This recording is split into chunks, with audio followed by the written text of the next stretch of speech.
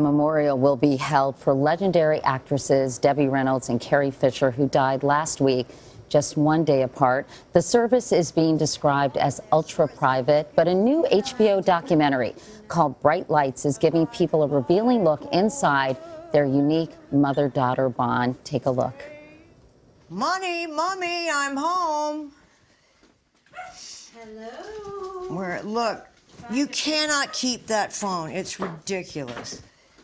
That's from the early 90s when they first invented cell phones. But That was one of the I don't want to original. buy a new one. The old phone works fine.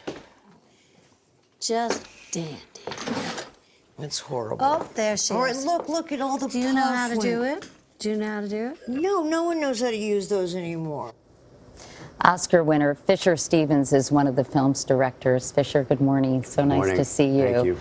You know, this film, I was crushed, of course, like so many people when I heard the news about Carrie Fisher, and then, of course, about Debbie Reynolds, her mom, the very next day. When you were doing this film, I'm sure you had no idea the events that would happen after you were finished with it, because it was completed in 2015, right? Yeah, we finished the film pretty much the end of 2015, and we premiered it at the Cannes Film Festival, and Carrie came, and a large part of the film is Debbie started actually to get ill during the filming of the movie, and a lot of the film became about Carrie caring about and caring for her mother, and her brother Todd caring for her mother, and we were, needless to say, shocked at what happened. Well, before I talk to you more about their unique relationship, because it was so revealing to, and so intimate, I think, this documentary, what was your reaction, Fisher? Because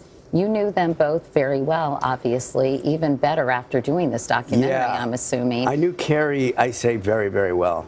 Debbie, I hadn't met Debbie before we started filming. I knew Carrie a little bit. We had a mutual friend named Charlie Wessler that introduced Carrie and I years ago, and Carrie was watching her mother walk down the hill, and after she had just told her that, I'm going to perform again, Carrie, at Foxwoods Resort in Connecticut. And Carrie is like, Mom, you're 80 years old. When are you going to stop? And then she had the idea to call me and my girlfriend, Alexis Bloom, to see if we could kind of film her mother's retirement. I mean, that's what we thought the film was about. So Debbie started performing, and she was fine at the beginning, and then it started to happen, her health. So we were quite shocked when Carrie went first, obviously. It was. A lot of this is also about kind of show business and the bright lights, as the documentary is called, and the pull of that audience and that applause. And, you know, I thought it was interesting, Carrie said things about growing up in the showbiz family. Eddie Fisher, and of course he left Debbie Reynolds for Elizabeth Taylor when Carrie was just a little girl. But talk about show business and what it was like for Carrie growing up in this environment. She said one line where she said, we didn't really grow up with each other. We grew up among each other like trees. Yes. And she said our entire life, she's talking about her brother Todd, we were always getting ready for a photo op, and we shared a common weirdness.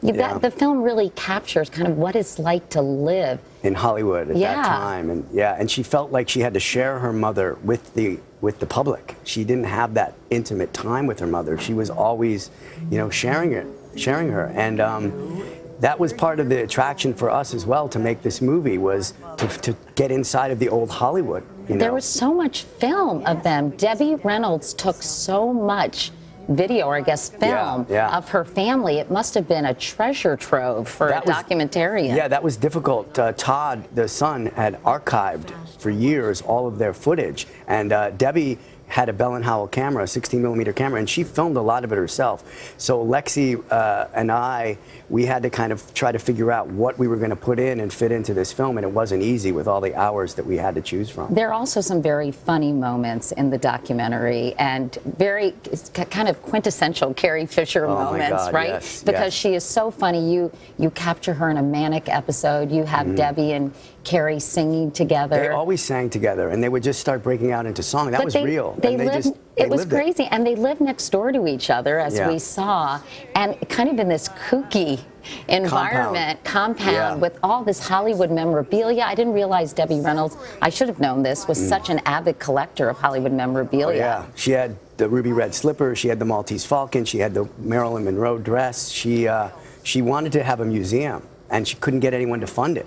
So she ended up having to sell off her collection, and actually there's still a bit of the collection left. So what do you hope people will take away quickly from this documentary? Well, you know, Lexi's my baby mama. We have 2 children, and one of the reasons we wanted to make the film together is we just had our first kid, and we fell in love with their relationship, Carrie and Debbie's, and the mother-daughter relationship, and actually the whole family dynamic. And we want people to take away, basically, to cherish their relationships with their families. You can almost understand how Debbie Reynolds might have died of a broken heart having watched this documentary. Well, she did.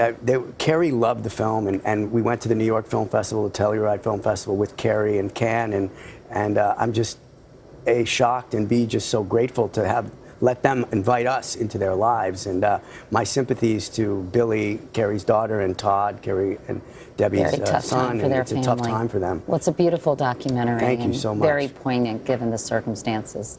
Fisher Stevens, thank you so much, Thanks Fisher. for having me. Bright Lights will debut this Saturday, January 7th on HBO.